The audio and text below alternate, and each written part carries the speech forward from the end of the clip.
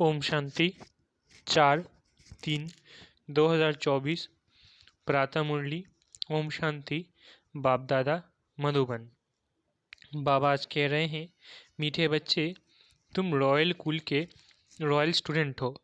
तुम्हारी चलन बहुत रॉयल होनी चाहिए, तभी बाप का शो कर सकेंगे। मीठे बच्चे, तुम रॉयल कुल के रॉयल स्टूडेंट हो। तुम्हारी चलन बहुत रॉयल होनी चाहिए, तभी बाप का शो कर सकेंगे।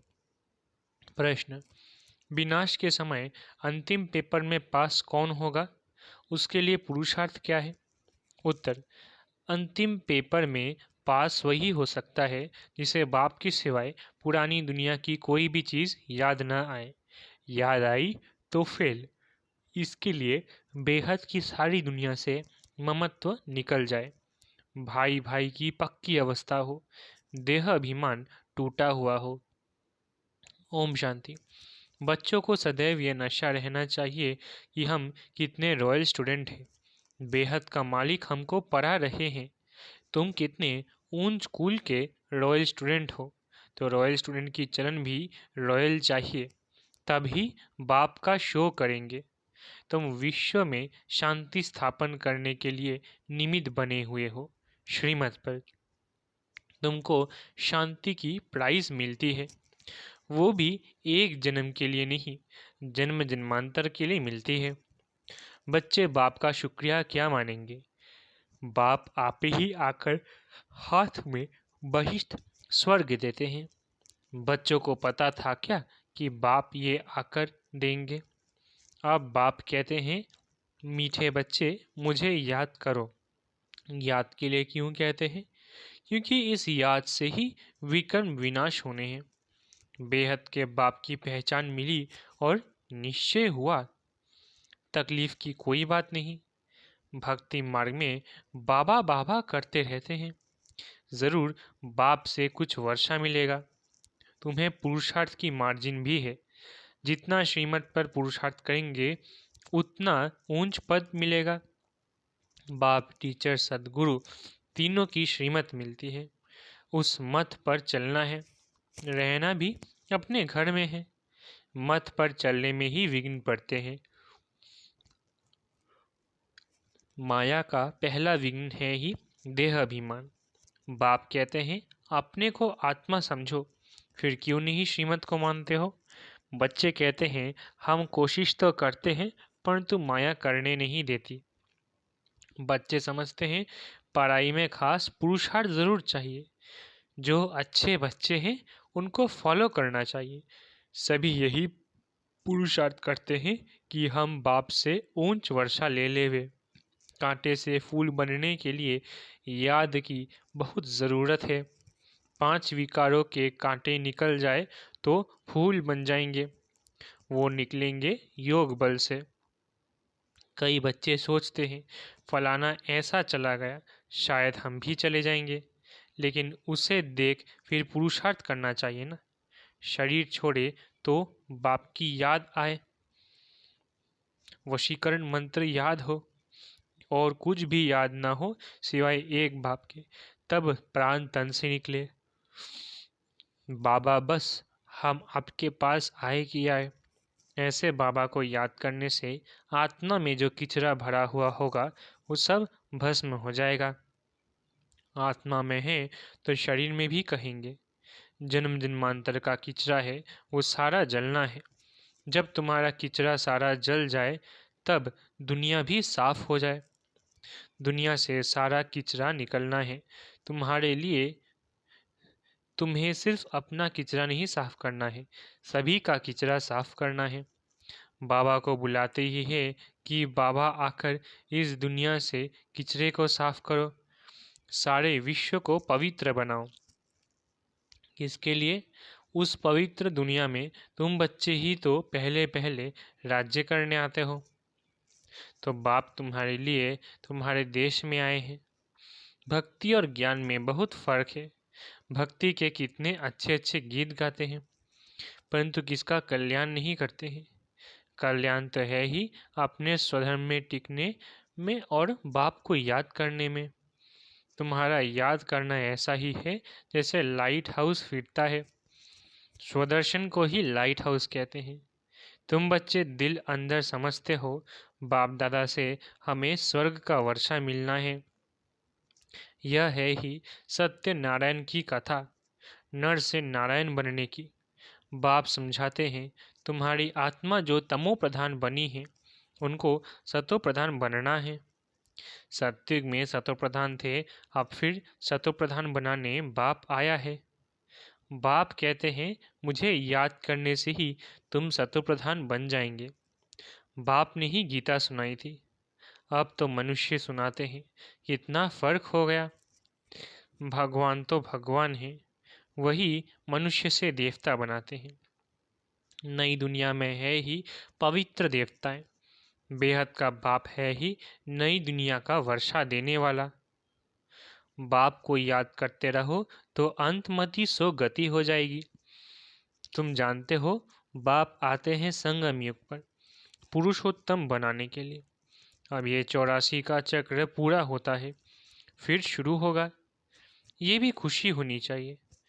प्रदर्शनी में जो लोग आते हैं, उनको भी पहले शिव बाबा के चित्र के सामने लाकर खड़ा करो।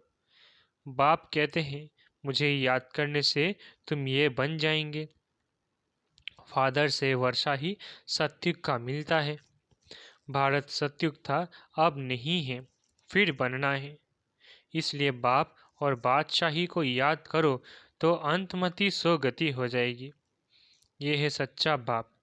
इनके बच्चे बनने से तुम सचखंड के मालिक बन जाएंगे। पहले पहले अल्फ को पक्का कराओ। अल्फ बाबा बे बादशाही। बाप को याद करो तो याद से ही विकर विनाश होंगे और तुम स्वर्ग में चले जाएंगे। कितना सहज है। जन्म जन्मांतर भक्ति की बातें सुनते सुनते बुद्धि को माया का ताला लग गया है। बाप आकर चाबी से ताला खोलते हैं। इस समय सभी के कान जैसे बंद हैं। पत्थर बुद्धि है। तुम लिखते भी हो, शिव बाबा याद है, स्वर्ग का वर्षा याद है। बादशाही याद करने से मुख मीठा तो होगा ना। बाप कहते हैं, मैं तुम बच्चों को कितना उपकार करता हूँ, तुम तो अपकार ही करते आए हो। वो भी ड्रामा में नूंद है, किसका दोष नहीं है। तुम बच्चों की यह मिशन है ही पत्थर बुद्धियों को पारस बुद्धि अथवा कांटों को फूल बनाने के लिए। यह मिशन तुम्हारी चालू है। सब एक दो को कांटों से फूल बना रहे हैं। उन्हों को भी ऐसा बनाने वाला जरूर किंग फ्लावर होगा। स्वर्ग की स्थापना करने वाला अथवा फूलों का बगीचा बनाने वाला एक ही बाप है। तुम हो खुदाई खिदमतगार। तमो प्रधान को सतो प्रधान बनाना यह खिदमत है और कोई तकलीफ नहीं देते हैं। समझाना भी बहुत सहज है। कलयुग में है ही तमो प्रधान। अगर कलयुग की आयु बढ़ा देंगे तो और ही तमो प्रधान बनेंगे। तुम जानते हो, अब हमको फूल बनाने वाला बाप आया है। कांटा बनाना रावण का काम है। फूल बाप बनाते हैं। जिसको शिव बाबा याद है, उनको जरूर स्वर्ग भी याद होगा।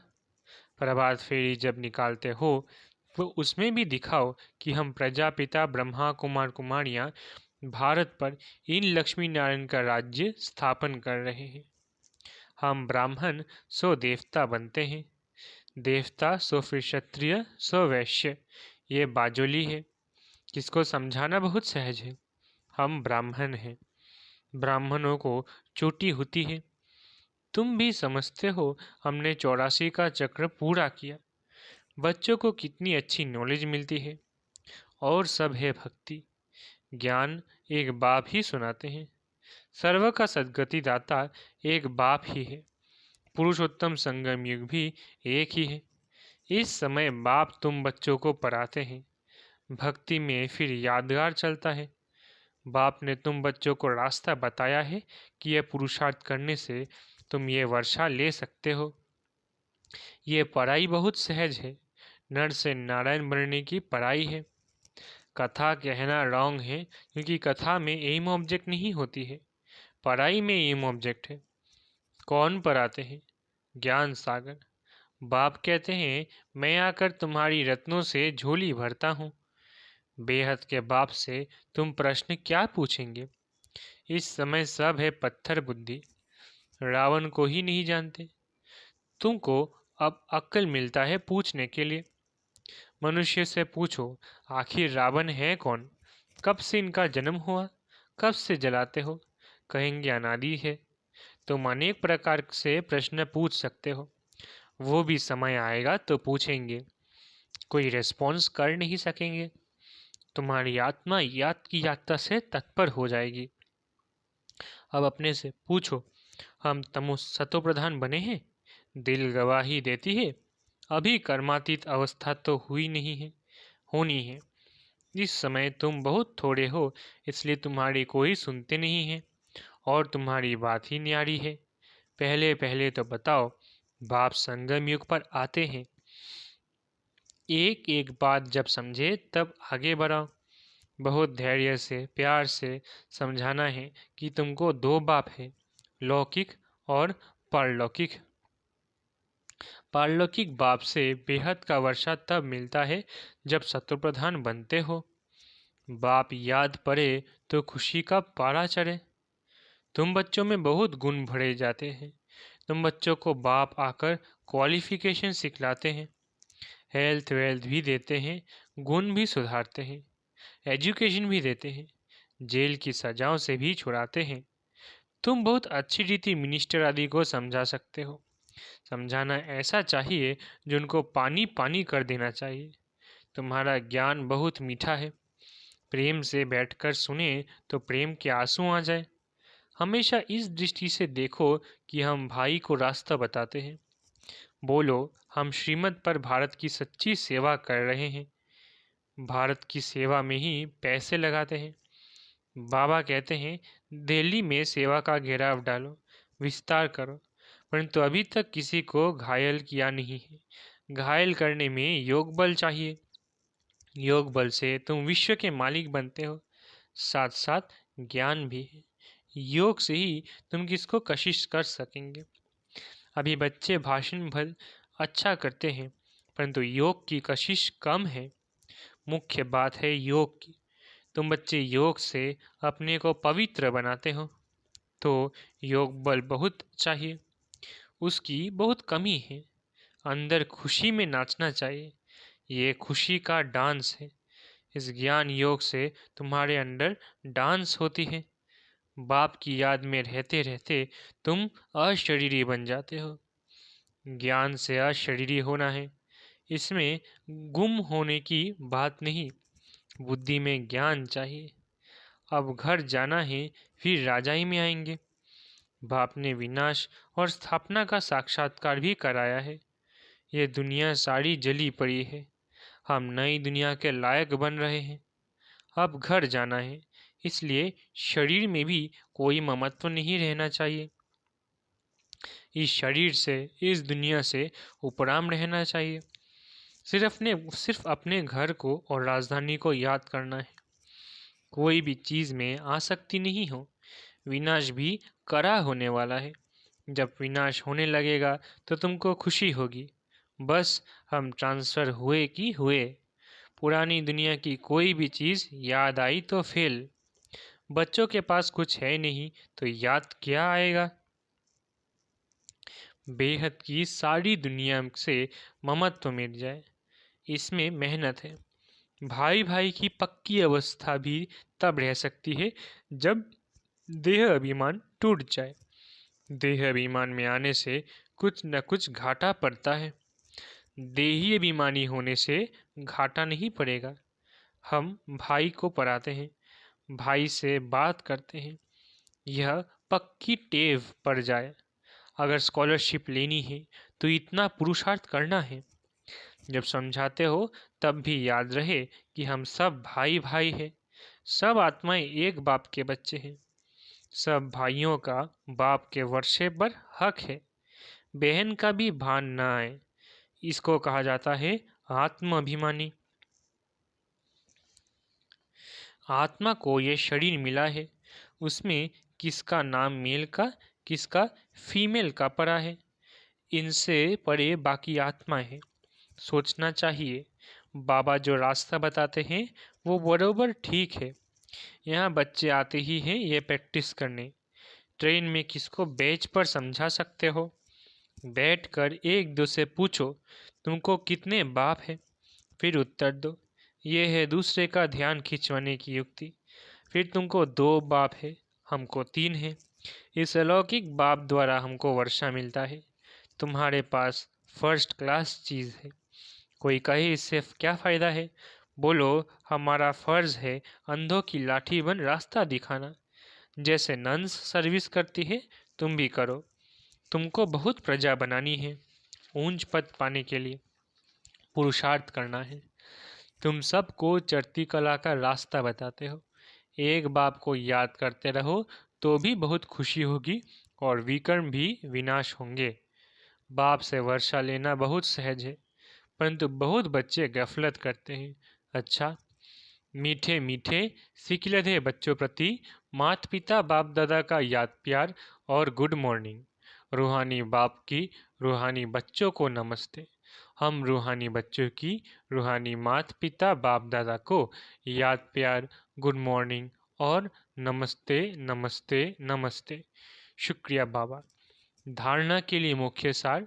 पहला, अंत समय में पास होने के लिए इस शरीर और दुनिया से उपराम रहना है।